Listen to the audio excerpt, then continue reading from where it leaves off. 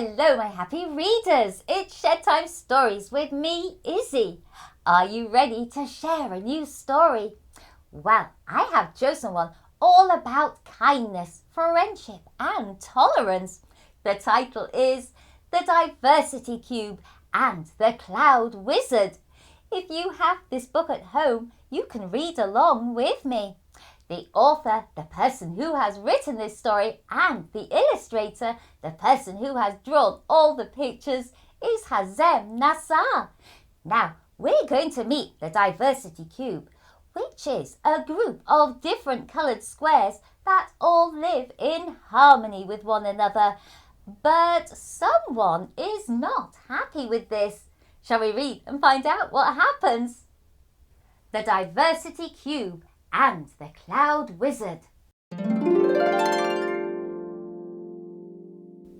Long ago, in a land far, far away, there lived a group of squares. The squares were all different colours. They all had different names and spoke different languages. And yet they lived together in peace. The squares were a curious group. They wanted to learn more about their neighbours, and so it was that they often moved around, eager to get to know one another. Among these squares were a group of best friends. They called themselves the Bestest Six: Tada, Clem, Shiro, Yoki, Azura, Lally. Although all of different colours, their curiosity made them alike. These six read more than any other squares and wanted to know more about their land's history. The more they read, the more they appreciated their diversity. The Bestest Six decided to hold an annual festival to celebrate diversity, and they invited the other squares to join them. The festival began with the blowing of a whistle. At the sound, the squares started moving around to meet their friends of different colours. With each stop, they learned new things about each other. All day this went on, until at last the whistle was blown again. In one voice, the squares shouted, "We are the Diversity Cube!" One night, as they were getting ready for the festival, Clem's neighbour, Orong, started whispering to him. "Hey, Clem." "Yes, Orong?" "Do we have to do this festival thing?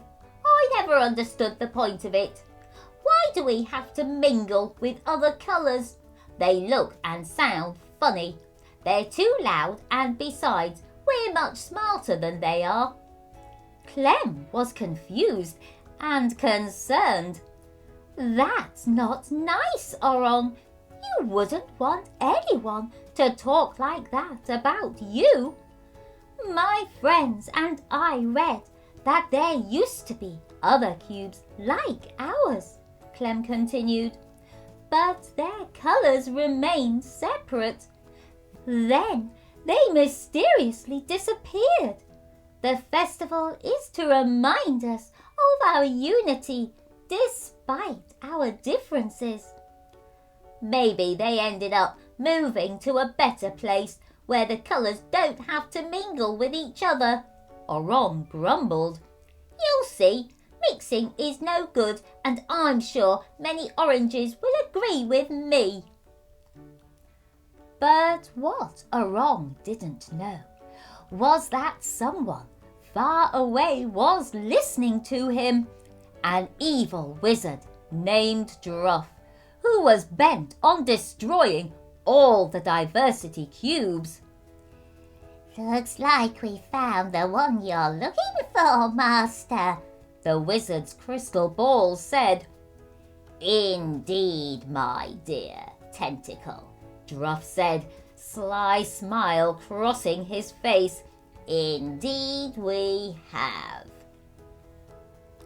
Druff wasted no time mixing together his evil potions. He soon made a covering of clouds, but one ingredient was missing, one that he could never give to his potions on his own. "No matter how powerful my sorcery is, I always need someone's willingness to help spread my poison," Druff said. "Orong shall be our target. Soon the final diverse cube shall be added to my collection, and that colourful world will disappear forever. Way! Druff gathered the fumes of his evil potions and fed them to Tenticle. As the crystal ball pushed the clouds towards the diversity cube to work their magic, Druff cast his favourite spell. Racism! Clouds, borders, spells and walls. Spells and walls! The next day, the festival started as usual, but when the whistle sounded, Orong refused to move. With Orong staying still, the other squares found it hard to move around. They ended up staying near their own colour. Nobody knew what was going on. Seeing the colours keeping themselves away from other colours, the squares assumed that the others were not interested in meeting them. The festival ended before it even started. There was no moving, no mingling, and no shouting. Instead, the colours started talking about how others kept themselves away. Some said they didn't even care to be near other colours who weren't as smart as they were, or who looked, acted, and sounded different. The bestest six could hardly believe their ears. They did not agree with what was being said, but what could they do? On the orange's side of the cube, Orong repeated his claims that the other squares were not worth speaking to. As he spoke, Druff's cloud appeared over the cube. Suddenly, the other orange squares began to agree with Orong. The cloud swirled over the cube. It rained drops of evil over the oranges and formed walls around the squares. And then the cube froze. Some squares tried moving again, but couldn't. Now they were more convinced than ever that it was the other squares' doing. They did not want to meet and were keeping the cube from moving. Each group started claiming that their colour was superior. They even started calling each other names. "No! Reddies! Don't say that! Bluesos! Stop! Whiteos!" The clouds started raining again, but this time over the whole cube, forming walls similar to the ones around the orange squares. Only the bestest six were able to keep the evil emotions from getting to them. "Oranges, stop! Greenos, that's not nice! No, yellows!" "My stomach is turning, Master Duff," Tenticle complained. These 6 are annoying with their friendship and tolerance. How much longer before we bring them over here? Patience, Tenticle. They will soon forget about their friendship and follow the others, Druff answered. But Druff had misspoken. Hearing the words friendship and tolerance woke something up inside the squares of his imprisoned cubes. These were words they have not heard since they were separated. They too had fallen prey to Druff's poisons. They had lost tolerance with each other and lost their unity. Now they were stirring. On the diversity cube, Yoki, Kadar and Clem managed to sneak closer to each other. Clem told them about Orong's talk the other night. It seems like there's someone on each side who felt the same way, Kadar said. We need to get the colours talking to each other. Yoki said. We need to remind them what they like about each other. Together, the 3 came up with a plan. Each of them needed to talk their colour into communicating with other colours. When Clem moved back to speak to the oranges, Kadar snuck closer to Shiro to share the plan. Shiro, in turn, moved about to tell Azur and Lally. The bestest 6 got right to work. We all have the same shape and are made of the same material. The difference in our colour is what makes this cube a complete one. Think of how boring it would be not to experience new things. Think of all the things you're missing out on. Look at us when the cube is shuffled. It's much harder to separate us. Our strength is in our unity. So young, yet so wise. They reached minds and hearts with their words. They would not let racism ruin their diversity cube. Orong showed us that one cube matters.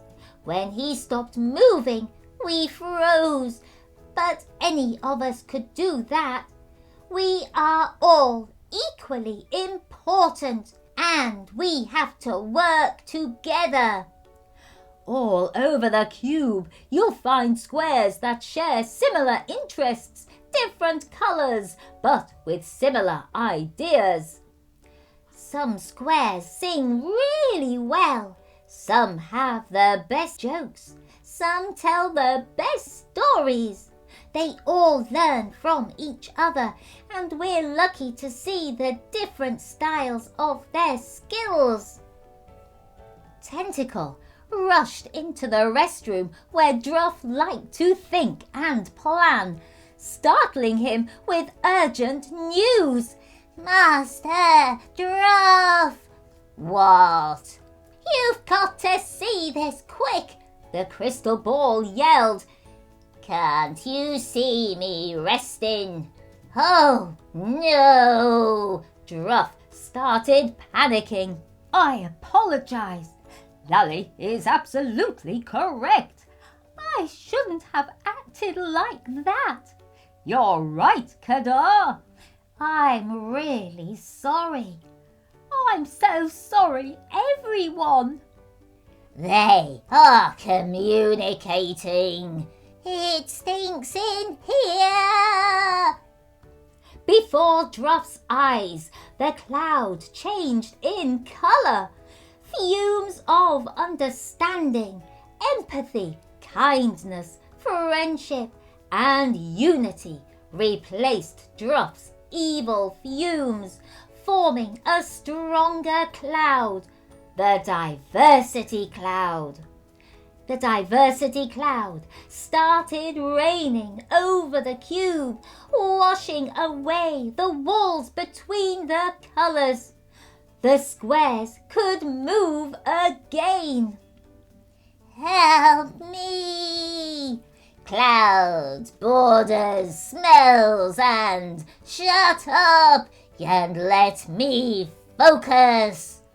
Tenticle tried to suck the diversity cube carried by the racism cloud into Druff's world, but instead the more powerful diversity cloud came out.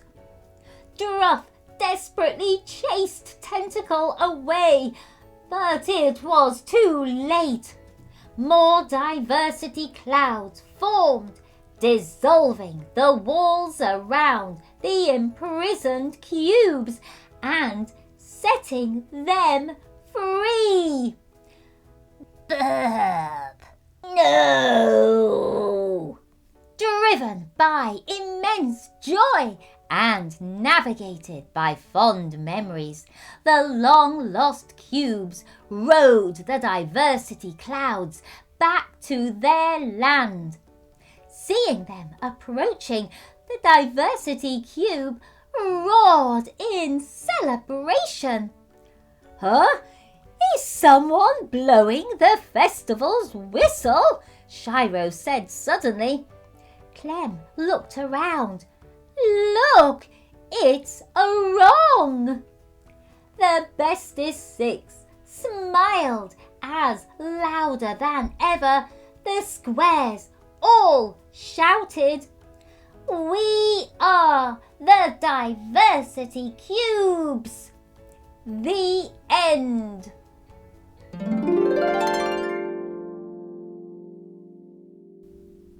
Oh, what a wonderful and powerful story of diversity that was.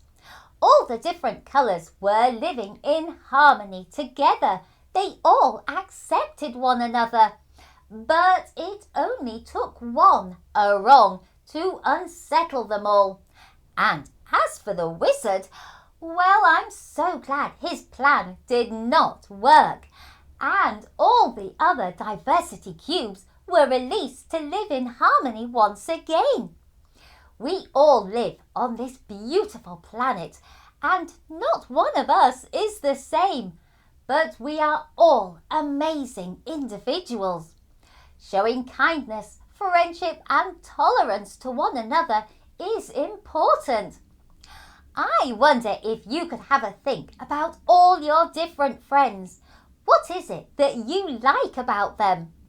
I hope you've enjoyed this Shed Time story, and if you want to, you can like, share, follow and subscribe to Shed Time Stories. Then you'll be ready for the next book for us to share together. Bye-bye.